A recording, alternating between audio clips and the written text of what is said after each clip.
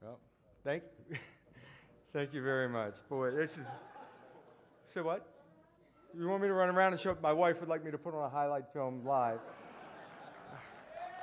Hey, my wife Laurie's here, my sister Denise, a good friend of mine, Chris. Laurie's seen me play since we've been together since we were 15 years old. And she's been there, she's been there even before we were dating.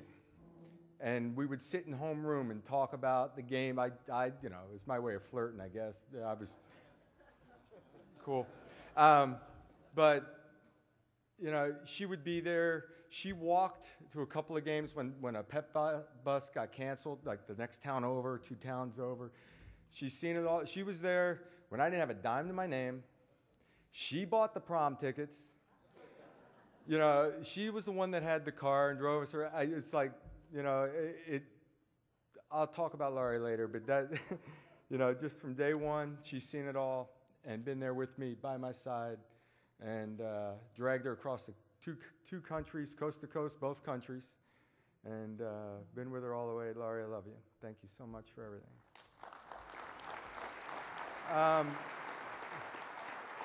You know, just looking at a couple of these jokers up here behind me, Sudsy's a pain in my butt. He started dropping people off in cover. You know, the big thing, you know, how are you going to defend Doug Flutie? He dropped 10 guys off in coverage. I held on to the ball for what, 25 seconds, Sudsy? 30. Anyway, I was glad to see him. Well, I got on the same team with Sudsy in Calgary for a while, so I didn't have to worry about that for a while. Unless Les over here taught me CFL football. The wide side corner doesn't have to play man-to-man coverage. He sits back, you know, you read man-to-man coverage, you figure, oh, corner route. Got my inside receiver running the deep corner route, man-to-man, all that space. Lay it out there. Les doesn't cover his man. Screw that. Les just drops off, picked off, I don't know how many, I would just drop him in his lap. So he taught me all my lessons about coverage in CFL. He says only once. I think it happened a few more times. The battles that we had on the field, guys, Tracy and Mike both got the better of me in the Grey Cup up in Saskatchewan, but the wars that we had when you were at Edmonton, the memories of the CFL for me, the fans, it's just been unbelievable. This, you know, I had success in the States as well. I came up to Canada to play football. I didn't know what to expect. A guy named Murray Pezim was kind of recruiting me up to, I'm like, Vancouver, where the heck is Vancouver? I don't know. I go up. Larry Kaharick was the coach at the time, and it put me on his neg list and got me up there, and I met with Joe Kapp, and Mark Gastineau was in camp, and I'm like, is this a circus or is this football?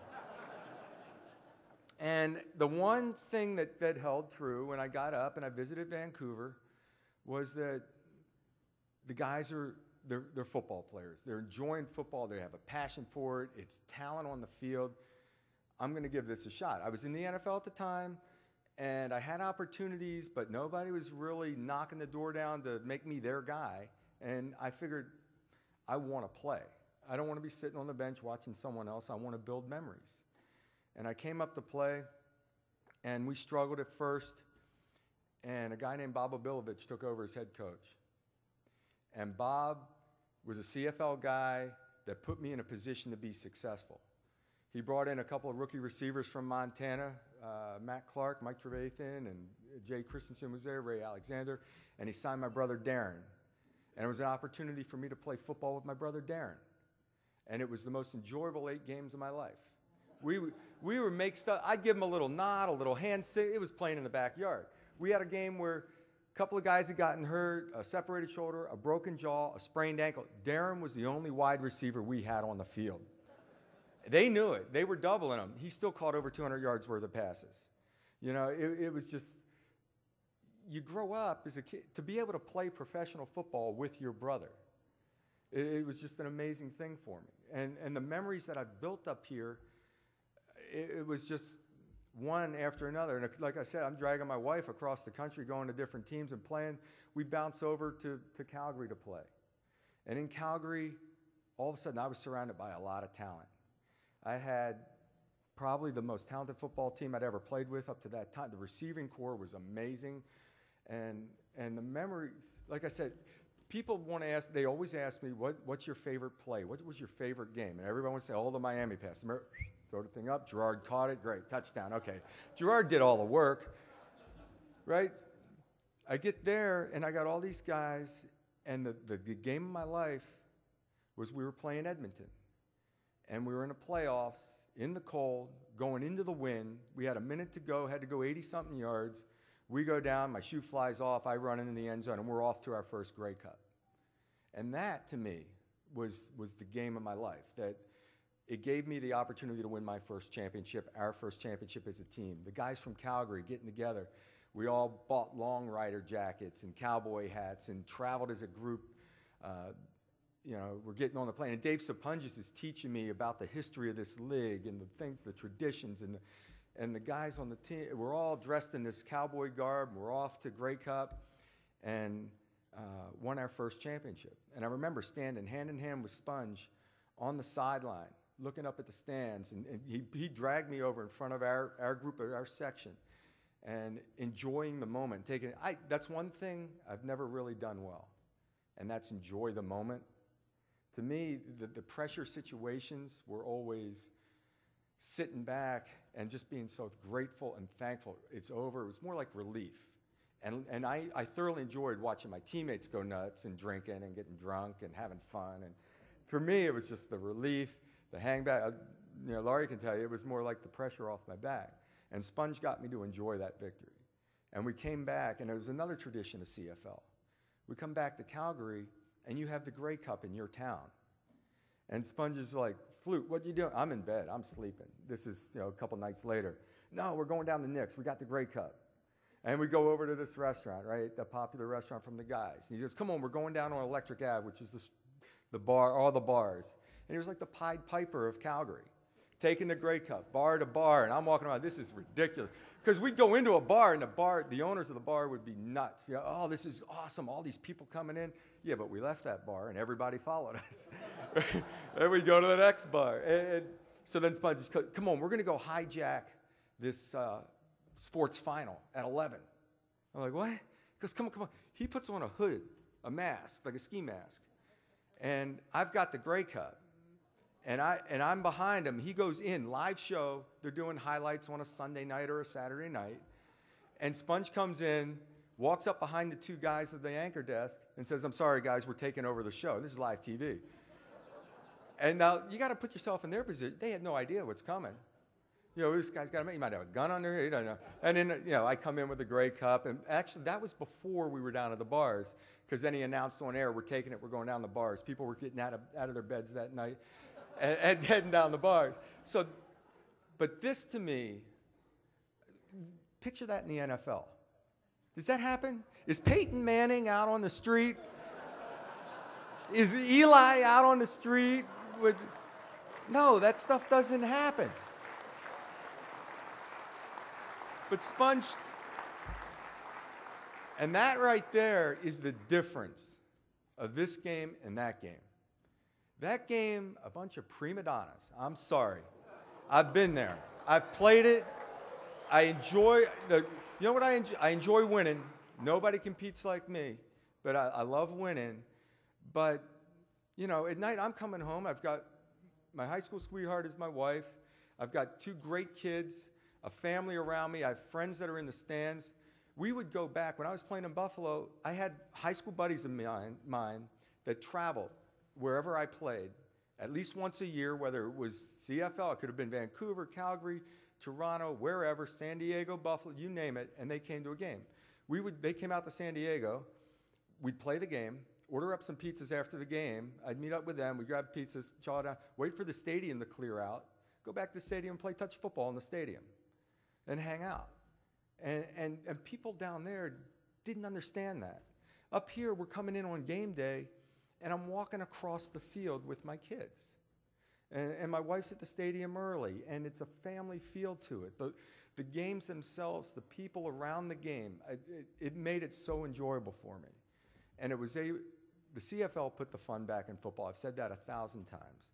and I thoroughly enjoyed it. And it's just been such a big part of my life. And the guys that you play with, you know, you only keep in touch with maybe 1 or 2 guys from every team you played with that are still good friends or you keep in touch with.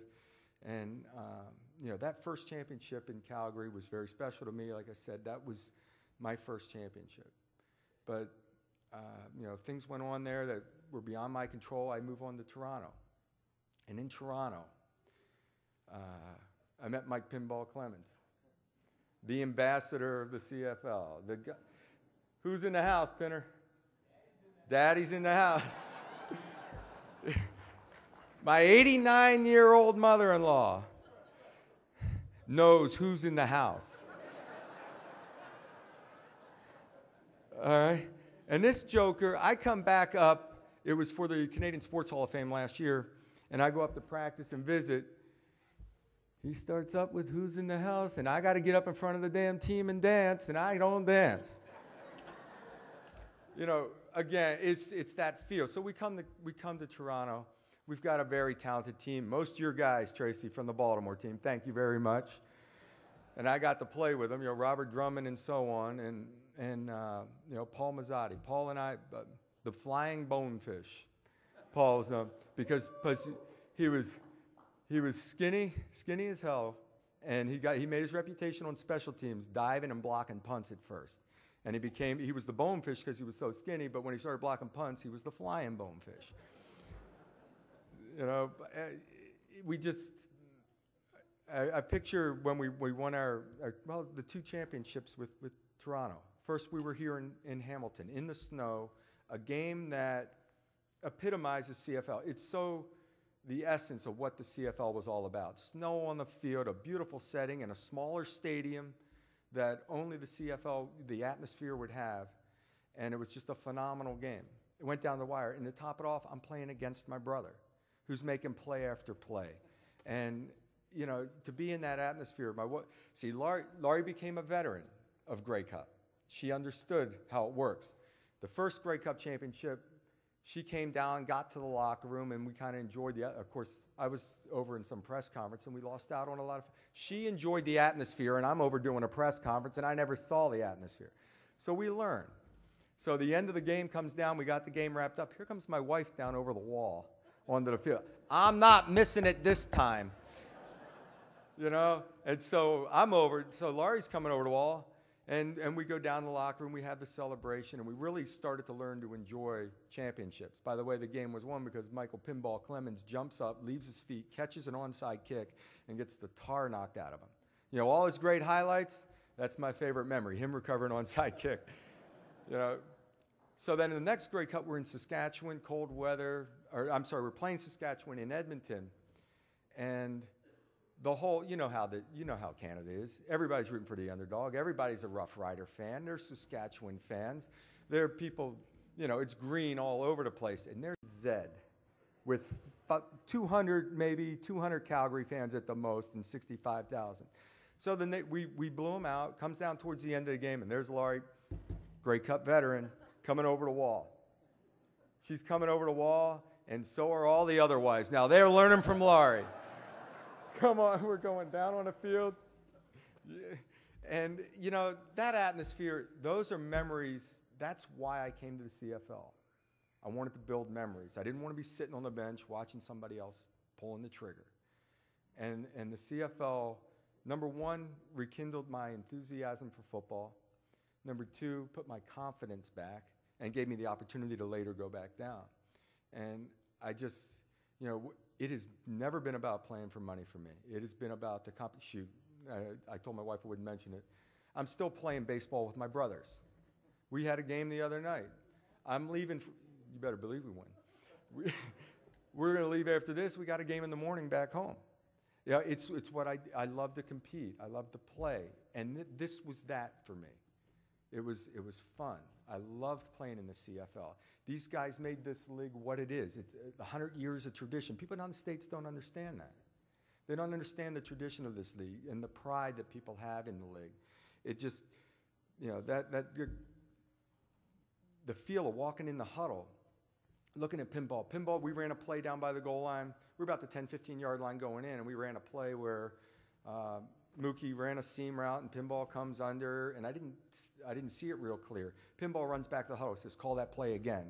Most guys will say that because they want the ball. He says, call that play again. I'm going to get Mookie wide open. He'll have a touchdown. Sure enough, he breaks under, gets two guys to jump him. There's Mookie all by himself, touchdown pass. And it was guys in the huddle talking. You could be creative and on the field. Shoot, I'm drawing them up in the dirt, Tracy. I'm still doing it, right? You know, that we're having fun. We're being creative. And all that was taken away down in the States. So it was, when I first came out of school, I remember when I was a senior in college, of people saying, yeah, Doug Flutie, he's a great college football player. He'd do well in the CFL. And I always took that as a backhanded compliment that I couldn't play in the NFL. Well, you know what? I love that comment. I love the fact I came up. I love being a part of this. And, you know, that drive, where it came from, you know, when I was young, my father saw that all of us took an interest in sports. I didn't have a dime to my name. We bounced from house to house. We couldn't pay rent. The heat was turned off. I would heat up water on the stove to pour in a tub, and then you leave the bath water. Stuff. You just, you know, you collect bottles on the way to school, cash them in for lunch money. You know, that was how that's how I brought, I didn't have anything. So my father took an interest in anything we did. We started playing ball, he coached. My mom ran the concession stand. My sister played softball. My brothers played with us. And that's what we did. And that was our life. We didn't have the money to do anything else. And that's how we grew up. And it was a competitive, if it was important to us, it was important to my parents. They were there since day one. I think my mom actually had the athletic genes in the family, not my dad. She could, when I was in college, and she could still outrun me. So I was in trouble. Yeah, they were always there. And my brothers pushed me. My brothers have made me, like I said, having the opportunity to play football with my brother, both in college and at the professional level, was just amazing. But, you know, I say with all my heart, you know, through those years, my wife Laurie saw me kick a last-second field goal in high school to win a game. She saw me throw the touchdown. There's nothing I ever did on the field in Canada that she hadn't seen at some level already. And you know, the day when I was a starting quarterback in New England on Christmas, we're decorating our Christmas tree, and I get a call from the head coach of the Patriots at the time, Raymond Berry, about, Doug, I'm not going to start you this week. I'm going to go with Tony Eason. Those nights that she's sitting with me, the night when I was in Buffalo and I didn't start the playoff game, the night when we're playing Edmonton and get beat in the Western Final, and you know, we had the best record in the league that year. I come back to Laurie. She's the one that has to deal with that. She's the one that has to deal with me. It's not pretty, trust me. You know, we've been together for 30 years, and she knows me inside and out better than anyone, and she's always there behind me. Nights that I'm home crying, nights that we're happy and winning championships. She could care less about the championship. She just wanted me to be happy. And she could care less, you know, when we lost, she just wanted to be able to be there for me. So, you know, it's not about for her, it was about me being happy and enjoying myself. And the years we spent up here in Canada, and the honor that this is to be able to stand before you in a league that has the history that this league has of over 100 years, that's important to me. And, you know, I've done a lot. We've won a lot of awards and been at a lot of functions, a lot of places. I wouldn't miss this for the world. And I wanted to be up here. I wanted to be up here last year when it was Canadian Sports Hall of Fame, because the people of Canada are very special to me. And it was, you know, just the thrill that I had to get out on the field and be able to play and do my thing with the guys around me and the friends that I've made and the way you're treated up here. It's just night and day, and I can't say enough about it. To all the other inductees, congratulations. Fantastic. And Mike, you know, I know we've had our battles on the field, and I love watching you play, Tracy play, Damon Allen play, Paul, all the guys that we've seen over the years. You know, they have no idea down south the talent that's been up here and the people that are up here and a part of this league. And I take great pride in talking about the CFL anytime I got a chance. And I take even more pride now in going into the Hall of Fame and being into the Hall of Fame with my brother Darren, who was inducted last year. And it just so happens that they're going to put his bust as the last one from last year, and I guess mine the first, so they're side by side in the Hall of Fame. And it's really, really special to us. Thank you very much. Appreciate it.